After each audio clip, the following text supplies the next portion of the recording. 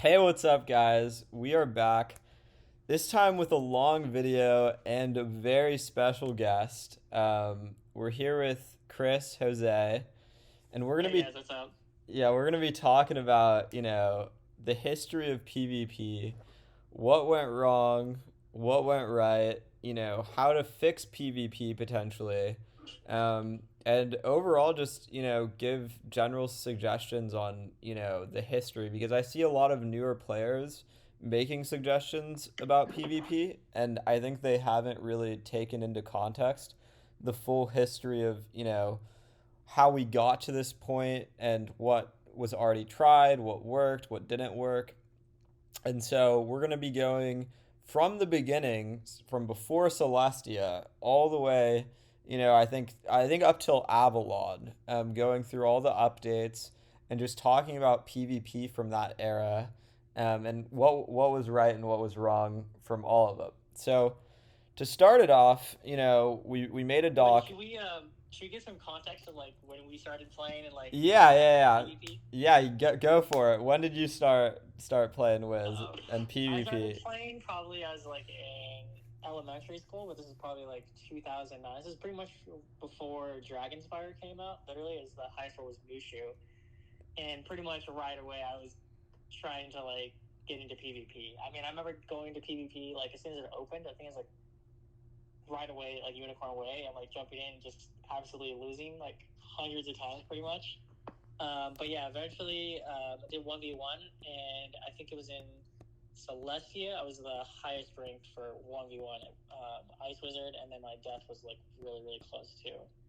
And then 4v4, we were all like pretty much the highest ranked. Um, yeah, but that's when I started playing back. Actually, I played mainly Ice and yeah, some other schools mid fire that kind of stuff. But Ice was my favorite. What about you? Yeah, I mean, I've also been a lot around for a while, as you know. Started playing around the same time, and I really got into Storm PvP before, Celestia came out, and I think before Celestia came out, I'd actually already done like 3,000 to 4,000 matches, um, which was pretty insane. I think I might have had one of the highest, PvP matches in the game at that point, which was pretty crazy. And then, yeah, obviously, that was, the start of things. And, I really got good at PvP, especially in, the later ages, through Celestia and Zafaria and, obviously 4v4 and, Magus and all these different leagues. And so pretty much, we're both two legends. We've seen the game inside and out for a very long time. We've seen all the updates that have been made. And we are not PvE players. We are like primarily PvP players since the beginning, practically.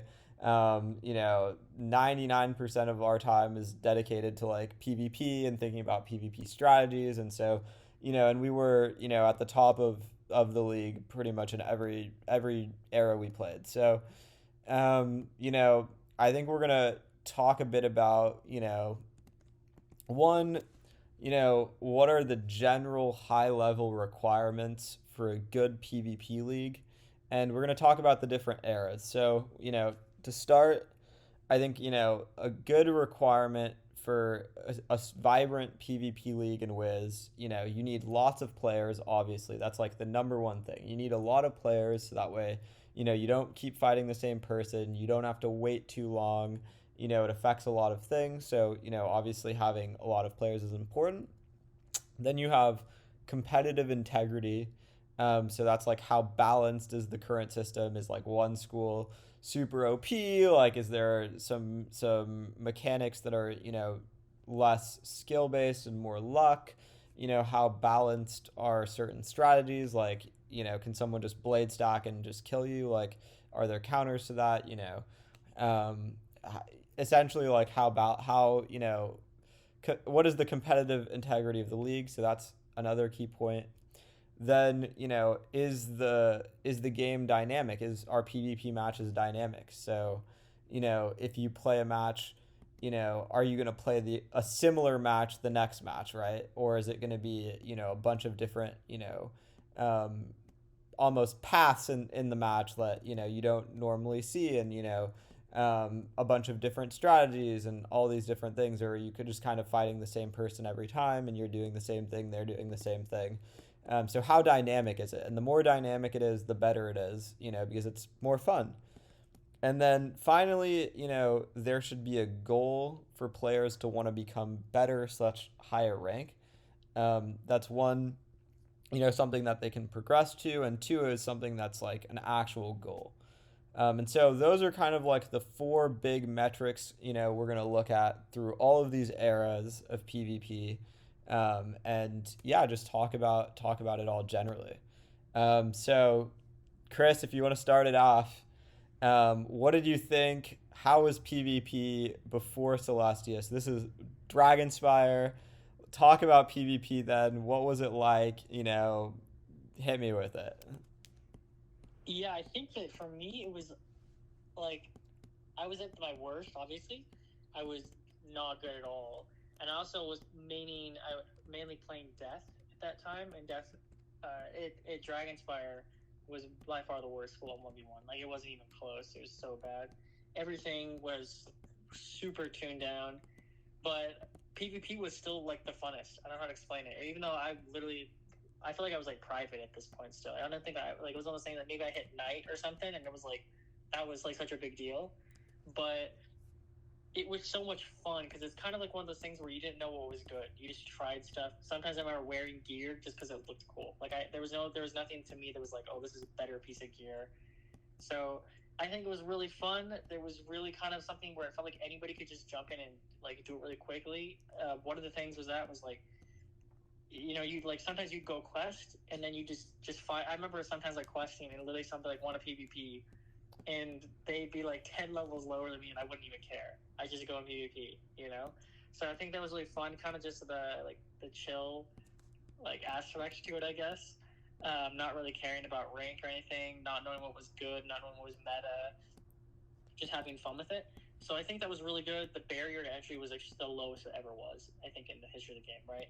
You didn't have to go there with, you get laughed at now if you go to the arena and you don't have a, perfect shadow pet. You have a 9% resist proof pet, not a 10% or 11% with mighty, and people are going to be like literally screenshotting you, probably be like a front page of like some whiz like thing, Back then it was like there was no like pet ranking, there was no anything, it was just you go there and just have fun with friends. So I think for me it was probably one of the funnest times, but it was also when I was at my lowest in terms of like actual like competitiveness. But yeah, that was my opinion. What do you think? Yeah, for sure. I mean, I think back, before Celestia, and I actually think that, one, like you just said, the barrier of entry was super low. I remember, I wasn't even level 50 yet when I did my first PvP match. I was like level, like 42 or something, and, I still had a blast even though I lost. Like, I lost like the first 10 games I played, but I still was having fun, and it was, super low barrier to entry. Anyone could just come and play, and, and obviously, over time I got better. But, the barrier to entry was really low. There was a lot of team PvP, so friends would be like, hey, let's 2v2, let's 3v3, let's 4v4. And so, there was a lot of this like camaraderie there. And, you know, in terms of the league, I think that, it was at a time actually where it was one of the most balanced. Unfortunately, there was the commander gear, which I think, was a little annoying, but, because this was some really overpowered gear. But I think what was cool about it was that, it was so hard to get it because everyone else, in commander had it. So if you were to rank up and get close to commander, you would have to beat people with these super overpowered gears to be able to get the commander gear. So it was almost like to be able to make it to get that gear, you had to be really, really good, especially in certain schools. And it looked so cool. It was by far the coolest looking gear. I'm literally walking around. Someone still has the commander gear stitch. It's, stood the test of time. It is one of the coolest stitches ever. And it meant something. If you were commander back then, like it was really cool. Um, and so people work towards it. The leagues were generally pretty balanced. I think one of the some schools obviously weren't as good, but there was commanders in every school. And I think the games were very dynamic.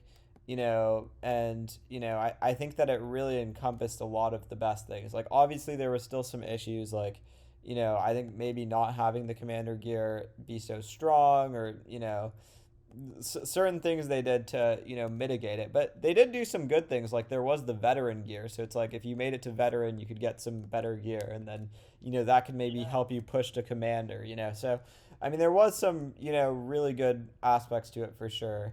But I really enjoyed it, and I think the only thing with maybe like fixing wild bolt and buffing some of the schools, but you know there was just a vibrant PvP community and people were very welcoming. So, I actually think this is, one of the peak pinnacle times of PvP in Wiz history. I mean, so many people were there, so many people were playing. It was great.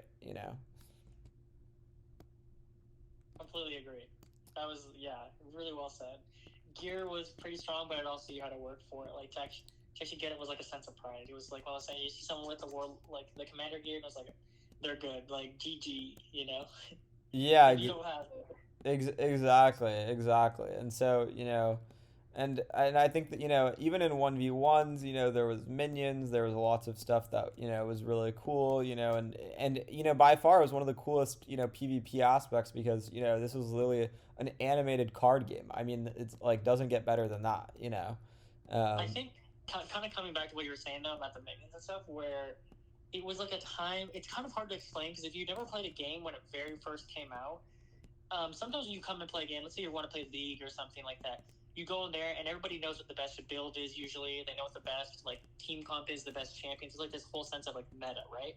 But when you play a game that's just come out and no one's played before, nobody knows what's good, and it's so hard to explain that feeling. But it's like the best thing ever because it's like it's like trial and error. You're literally on the forefront of like trying to figure out what is meta.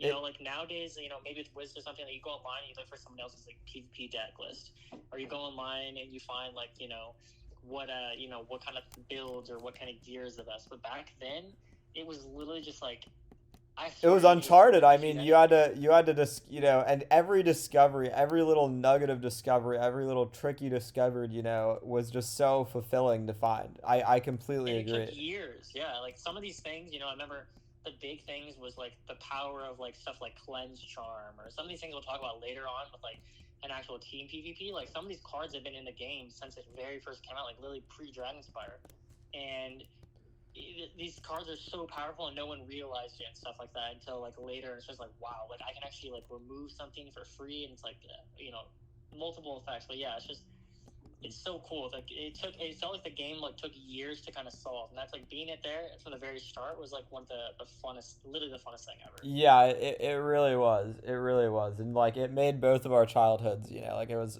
amazing. Yeah, Okay. I was always strategizing, I always, know. literally. I Me remember too. sitting in Me school too. We like, both we both were. We both were. yeah, like Okay. it was insane. Okay, Let's rip the band-aid off. Um, one word, Celestia. What went right? I What first? Let's start with what went wrong, because I think it's well, I probably can a just say what longer went right list. because I had the best time of my life. I should kind of I don't know if I can tell this quickly, but Celestia when it came out, this was Celestia was like I don't know if you remember this, bro, but like Celestia was hyped up for like literally years. Like I don't even know, like it was like a year and a half, 2 year thing where they were like teasing the Celestia. It was massive, Yeah, I right? know. It was a long wait. It was a super long wait, It, and it was literally more than a year. They had this. I remember they had this. I'm so vividly. They had this picture, and it had like all the characters, and like some of the characters were not out. Like they were just outlined, right? They didn't have them fully filled in. And so every week they would add a new character. This I picture, remember that. I and like remember that. I yeah, remember bro. that. Okay, that's insane. Yeah, my friend that I played with Wiz all the time at the time, Aaron. his home computer, they had that, and every time they updated it, he would update it. So I remember going to his house and like, oh my god, there's a shark. We'd be like, oh, this is what we think. This character looks like a shark. This one looks like I don't know, an eel or something like that. But it was so much fun. It was like, and when it came out, I made sure I was sick basically. Like I was like in the build up, right? Same, Had, same, like, same. I was sick the day that it came out. Oh my god! I remember I jumped out of bed. I still can like vividly remember myself downloading the update for Celestia and literally beating it, the entire world, everything, getting to level 58 the first week so I can get my spell. Oh my god, that was just. That's I have to say, Celestia. There might be some bad things, but it was probably the most fun time of my entire life. That's when I got good at PvP. That's when I had the funnest time. That's when I met everybody. I felt the game was so alive. Like it was insane. Yeah, I completely agree. Like it added, a lot of cool stuff, and we were kind of in that stagnant period where we hadn't had that update. Everyone was PvPing still, but it was like everyone was just wanting the new world. They wanted the new spells. They wanted, that update. And I think Celestia delivered on a lot of fronts. I think it was super fun. Like just that, moment, of just getting into the game and stuff like that. I think that what they got really good was school identity. Yeah, yeah, I think that school identity they got really good. I think with especially with the waterworks gear and stuff like that. Like Yeah, but even the spells, like I remember, like even death, like skeletal dragon, like I remember, like I felt like a death like spell. yeah, You know what I mean, like Leviathan, even though it wasn't like necessarily the best, it felt like a storm. Like it looked and really felt like, oh my god, like I actually am a storm wizard. I remember Like, casting Leviathan for the first time and just being like, "Holy shit! Like this is so sick." Yeah, my sister was Storm, and I remember going with her on her quest to get it. And like it's so every time before you get the spell, you go to like Unicorn Way or something, and the spell will be cast for you, and you learn how to like cast. You know what I mean? You learn the spell essentially, right? But I remember watching it because it's like the Storm one, Leviathan, like comes out of like the. You went to a place in Celestia to do the quest, and it's like on the main like circle floorboard, and it comes out of the water and does it. And I was like, oh shit, this is so cool. I know. Yeah, like I just remember those kind of things. So I really enjoyed that. Yeah, no, completely agree. Completely agree. Okay, so let's talk about, how this affected PvP, right? Because this was a big update, you know, and I mean, I think that, the biggest thing is, Realm Bale. Here, I'll go to Realm Blossom. Okay. Anyways, Okay. Realm, come meet me in, yeah, I'm in Realm Blossom. Okay, so, I mean, it introduced critical, right? Which I think has to be one of the worst things introduced to PvP, unfortunately. I think so, but not in Celestia. If that makes sense, like crit was easily countered because of conviction. Yeah, Which yeah. everybody used. Yeah, I agree. Like it was like right when Celestia came out, it wasn't, as bad, I think. Like, I still think there was some issues with it. I don't think it should have been 200% critical. I think that just having that much RNG, undermined a lot of the competitive environment. I think like 150% maybe, but I think that at least with conviction, it was kind of like a more, counterable thing. But they weren't that transparent about how crit worked, unfortunately. And that caused some issues. But yeah, I think early days Celestia PvP was actually really good still. My only complaint would be critical, but overall it was really good. I think the identities were really good. I think they really nailed it with a lot of the new spells. Nothing felt broken. If that makes, I mean, there was Tempest spamming, which like. Yeah. Oh yeah. Let's talk a little bit actually about the general leagues, right? Because right now there's only 1v1 left. It's and even that's a little bit dying. Let's talk about team PvP and in both Dragonspire and Celestia. I'll say really quick for Dragonspire. Dragonspire team PvP was alive. You had 2v2, 3v3, 4v4. It was always there. It was really awesome. As me and Chris both know, like 4v4 was the best thing ever. Like a really good 4v4 matches was the best thing that KingsIsle has ever created. Just having those super long dynamic games where you had to, be strategically thinking, not just one step ahead of your opponent as in 1v1, but one step ahead of what four players could do, as well as, four players on your team, just, essentially made one of the coolest things ever, So, I think that, and I think it also encouraged people to play more PvP in general, because essentially like you'd rather play with your friends than you would alone. So I think it was generally a really positive thing for, increasing the user player base, and also just adding a really unique element to the game. And so, 4v4, I think in the Malister era was really good. Celestia, it got, even better, I think, in some ways as I new think it was better. new Yeah. spells came in. You had stuff like Snow Angel. I mean, lots of Yeah. some of the coolest spells.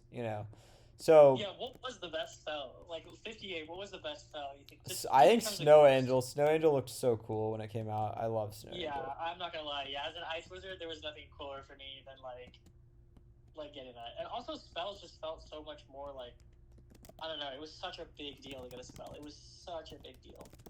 Like it's one of those things nowadays when you quest, I feel like you get the spell quest and some people just are like, oh whatever. But back then, dude, when you got that little like icon on the side when you leveled up, like it was a big deal. Like it doesn't matter where you at. Like I remember being in dungeons and stuff, getting the level up and just leaving and go getting my spell.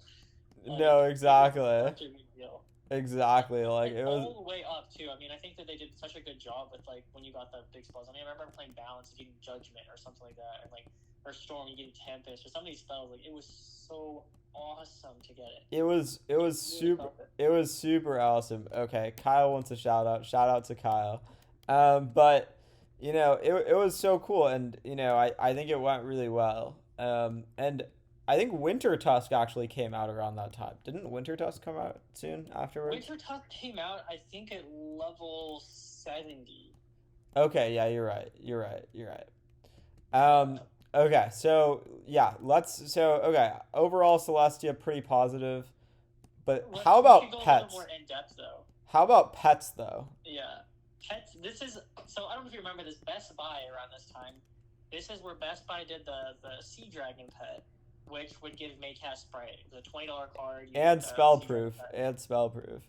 Oh no, it wasn't Sea Dragon. It You was had to something hatch else. with it, but you could get the Sea Dragon Yeah. with Sprightly and spell But proof. Sea Dragon you could also get from Crown Store, and I think it's still probably in the Crown Store. But this was kind of the beginning of where KI started to kind of prioritize money over the long term of the game, right? Maycast. I think one of the developers left around this time, like the OG developer, who created almost everything. This was about. What was his name again? I forget his name, but this guy was like, so great, and I think he like started working on Pirate 101 at that time, which I'm sure people love it, but and then he quit, I think, completely. But he was an all-star, and he actually did care about PvP. And I think around this time he quit. So, Pets started to become too powerful though. yeah, Pets so should be kind of like a, we talked about Dragonspire. It was like I would use a pet because it looked cool. exactly. Now, Or maybe I gave use a a pet card or because something, like it wasn't, a sprightly or a spell proof. And this was like the beginning of where, KI made a lot of things very pay to win. I'd say that pay to win really came into play starting with pets. And so did RNG. You kind of see the beginning stages of where RNG really comes in. Like, for example, Yeah. one of the most powerful things you can do in PvP is, and we still see it to this day, is weakness and infection. Now, imagine you have the ability to do something like you attack them, but on top of that, you remove a negative effect. So even if you're full health, removing something like an infection off, even getting a spray, it's one of those things people might not think of it as like, oh, that's a lot, because maybe it doesn't heal a ton, but it's not just that. It's the ability to kind of get away with certain things. Yeah, it excuses bad plays, essentially. Yeah, I mean, we all know you play the game, you cast one spell a turn, but now you have the potential to have 2-3 spells a turn. a turn. Like it's one of those. It And was so so slow. in the case of Sprite, I mean, Sprite costs a pip normally. It's almost like a zero pip, Sprite out of nowhere. And then you can remove a negative effect. Think of any card game. You think of, I don't know, Hearthstone, Pokemon, or anything. Imagine you can just have, instead of casting, for one card or do one thing turn, you get 2 or 3 turns. And that's just the most broken of thing ever. And I just don't really understand what the logic was of that. And more importantly, why it was allowed in PvP. I can totally understand in PvE. You Yeah, go out, totally for you're playing a hard PvE. boss, it's already cheating, and you do that.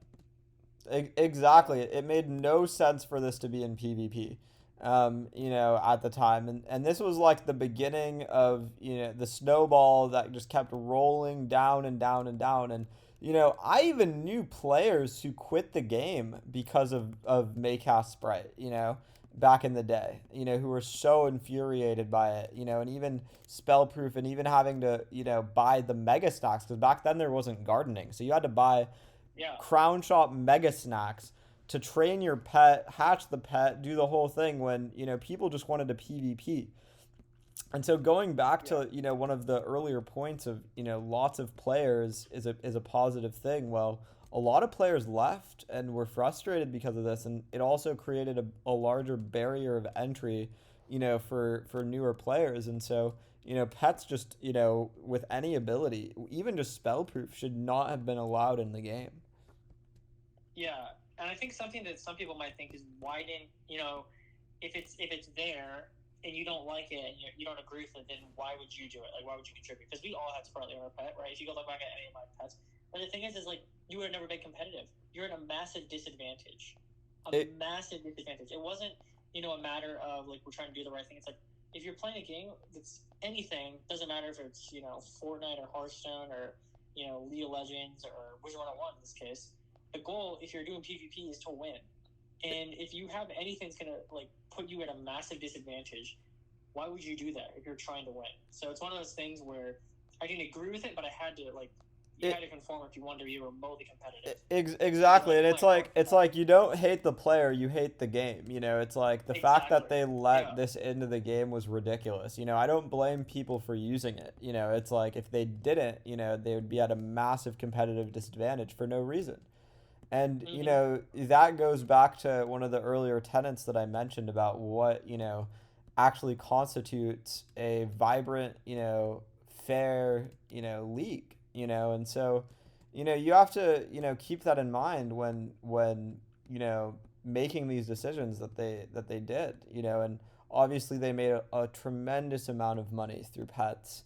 Um, but I think at the expense of a lot of the PvP player base, and And just in skill expression. skill expression, and like I said, one of the other tenets was how dynamic is the game, and that trashed that dynamic ability because you could essentially end up doing all these new strategies and still lose because of these maycasts or these like super buffed abilities. So it is a really unfortunate thing, and it just added this massive barrier to entry. So I think that this was as everyone will here listening will see, this was kind of the beginning when things started going really wrong.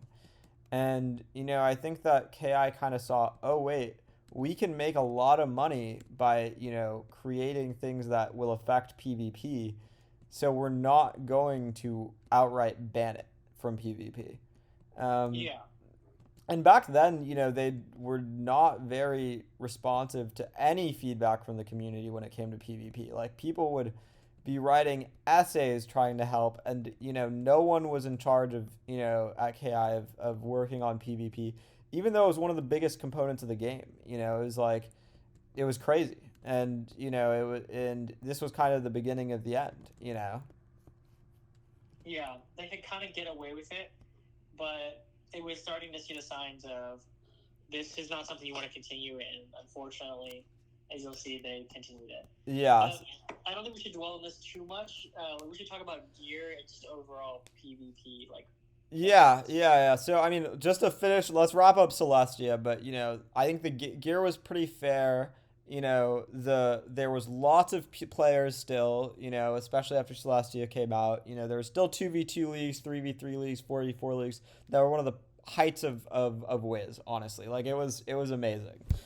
So, I think to wrap up Celestia, I think that, it was still very incredible. And It was great. I think that, pets really, shut a lot of these things down. And, even there was even community tournaments, through Duelist 101, Yes. Wow, where that's a really good point. which started to come about, which, added even more value to becoming a better player, as you could even compete for crown codes, essentially, with a Duelist 101 in 1v1 tournaments and all sorts of things. And, they even had tournaments for who was the best in a particular school. So you'd Like face off everybody against, went to those. yeah, exactly. You'd face off against other myth players, and whoever was the best myth player and storm player, etc., would compete in a grand tournament called the Head of Classes. And something that after being back on the game for a year, I've noticed that not once have I ported to a match and was not able to, because there were so many people spectating. But Yeah. that Wow, that's was crazy. I forget about that. the reality for some of these games, is that you were, when you PvP'd and you were good, you were like, your audience was thousands of people just watching the game, watching you play in some of these amazing matchups, especially in 4v4, but also these class tournaments. And it added just this thrilling element to the game, like you were literally, almost like you were performing a sport in front of thousands of people, and it was exhilarating. It was amazing. And, and it made people, the fact that people were so interested in watching some of these games rather than even playing the game just shows you how much potential, it had to flourish. Yeah, exactly. I think that we kind of hit all of those things. Gear was really not stupid, I guess. Yeah, I agree. It's outward bounds. Probably, in my opinion, probably the funnest time I ever had PvP. I PvP'd 24/7, and when I wasn't PvPing, basically I was thinking about PvP. Exactly. I mean, It was an all day thing. I remember laying in bed at night, literally just thinking about PvP. I remember those days too. I mean, those were awesome days, and I mean, I'm never gonna forget those days, and especially like a Saturday. I mean, I remember Saturday was like, I mean, the arena was like so packed. You had to go to like 8 different realms, especially after Celestia came out. Um, you know, Yeah. which was amazing. And you look now, there's only one full realm, Ambrose. That's compared to what it was. It's night and day, especially during the summer. I mean, this is crazy. And I think that, okay, yeah, I think we've touched a little bit on Celestia. I will say, I think the only thing KI could have really improved there, was potentially, having a community leader, managing PvP and helping with feedback, because there were some balancing concerns there that I think, they could have addressed. But overall, it was, the pinnacle, I think, of PvP. I think they try to cut their losses. Like it's totally. It's like, I'm not saying that if I was to create a game, I'd make mistakes, and I think that what they should have done Exactly. was admit their mistakes and be like, hey, you know what? Like, yeah, Sprite is not good. Some of the other things are just not good, and that's totally fine. And then just move on from it. Like, we don't need to continue it. Like, crit does not have to go to a point where it's completely broken. May casts do not have to go past a one cast spell, which unfortunately, literally within Celestia time, they started adding stuff like Maycast Unicorn, which is a 3 mana spell. Like, it just got worse and worse and worse with the Maycast. Yep. And I just don't understand, like, how, like, it's just one of those things that blows my mind. Even as a kid, I was in probably 6th grade or something when Celestia came out, and even as a, like, 12, 13-year-old kid, I don't know how, like, either just, like, really young kid, it's even then I was just, like, blown away at like the stupidity. If that I makes sense. know, Like, I know. It they was did not so make that. They just blatantly obvious, and I think the yeah. problem was that people at KingsIsle didn't PvP. They didn't Even then, even. even if I didn't PvP, it's like if I just played card games, but it's like they had to have been aware. It's one of those things. It's just Yeah, I wrong. know. What Considering wrong the would it amount of have? complaints, they had to have been aware for sure. Yeah, even if it goes off, let's say unicorn, and it casts away more than once a game. But even if it did, only like it's super quote unquote rare. Once every 2 games, it's still broken. It's a full on 3 mana spell. Like there's times where there'd be games you'd kill the entire team and one person would be alive or something like that, and they get a make cast unicorn, revive the entire team. Like there's Yeah. nothing fun about that. Even it always felt like even as a kid, it felt like the best way to put it would be like dirty. Yeah. Like I get that the casting, like that just doesn't feel right. Like I lost. You know what I mean? I shouldn't get a May cast unicorn and then revive my whole team. Like terrible, terrible decision. I just still to this day I almost never forgive that. I just never understood how that was allowed to the game. And if you imagine, I'm sorry, if you had 4 people on your team and everybody has May cast Sprite, everybody has May cast unicorn, you can imagine what clown show the game became. Yeah. I mean, it was crazy. Okay. So that's Celestia. Let's go to next world. Zafaria. Let's talk about Zafaria. I'll just say, so we did the one word. One word, Zafaria. One thing I'll say about Celestia. So wait, I want to go back to the quick. What was your one word for Celestia? I'd say, honestly, I feel like it met expectations would be 2 words, but yeah, that's what I'd say for For Celestia. me, I'd be something like just genuine, like love the game. Yeah, exactly. Like amazing. Like I was like so addicted. Like I loved it. That's my word for Zafaria. It's like the thing is whatever the opposite is, whatever the opposite of what my word for Celestia is what I felt for Zafaria. But the funny thing is for me, though, I wouldn't even use Celestia like addition for Celestia. I would use it for Zafaria because at this point the game was really starting to like just capitalize on money and like really make terrible decisions, but I was so addicted I didn't even care. Yeah. Like, it's kind of one of those things I still would PvP even though there was like some blatantly terrible decision making going on. Exactly. No, I was still super addicted in Zafaria. Yeah, I don't know what I'm saying. I was two in Celestia. If anything, I'd probably just say addiction for both of them, right? Yeah. But like Celestia, I loved it. It wasn't even addiction. It's like I just loved it. It was more fair. And Celestia was more fair, and more fair. I was having fun. Nothing felt, even then it didn't feel broken. But Zafaria is where you started to see things where, at a high level, when you're playing, like when you're at a very very very high rank in the game. I think the problem is that we were like probably like some of the best players, if not the best, in Zafaria time. Like we were like the rank like definitely in Celestia too though. Yeah, and in Celestia, but especially in Zafaria. Like in what I mean. It was like the gap was so big. Yeah, this was probably the last time the game was the last like if I could go back and it was like one of those things, I would just take it at Celestia if I could have like the game. Like, yeah. Would it be normal? I think 99% of people, if they actually played the game back then, would realize, and it's not just because we want like we like the hindsight 2020. It's just like the game was literally just like not broken. Yeah. Casts were like you just get rid of May cast at that time, and like the game, it felt like school identity. It felt like they did such a good job to this point. Besides some really like starting to bad decision making. Also, the pay to win aspect of like the best gear in the game was not from packs. They were starting to do some wand stuff, but they were not starting to do what they're about to do in Avalon. I will say though, going back kind of to Celestia, I will say one of the best things they did was Arch Mastery, like the life amulets and all those amulets. I think that added one of the best things ever. That was one of the best things ever because it added so much dynamic to the game, and yeah. It was an amazing thing. I think maybe making them, a little cheaper, if they'd cut the price in half, it would have been great. But or just in general, not making it with crowns only. That kind of felt like again, like in a weird way, like pay to win. Yeah, it did. But one of those amulets. Looking back though, I mean, compared to what was about to happen, it was peanuts to what happens now. I mean, it was like. Yeah. Zafaria is where we start seeing them very blatantly put money over player base. Yeah, that's when things got out of control. How much money can I make right now?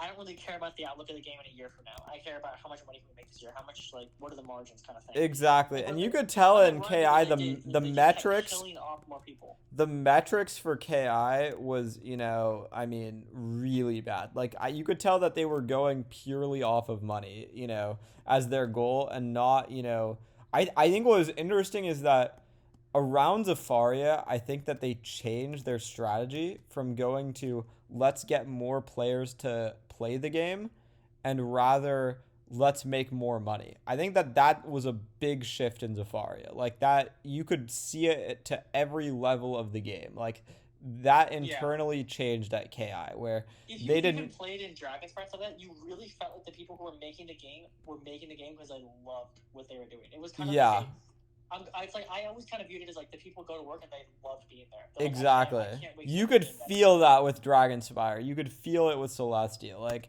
Yeah. And then Zafaria, and kind of and towards the end of end of Celestia, even end of Celestia, Zafaria, there was a shift, you know, and maybe it was when that head guy, you know, left, you know, but I mean, it was crazy. bad. Yeah. But anyways, it was still fun though. PvP was still, I was still gonna play. PvP was around. Okay, we're gonna pause right now. We're gonna pause. Hold on.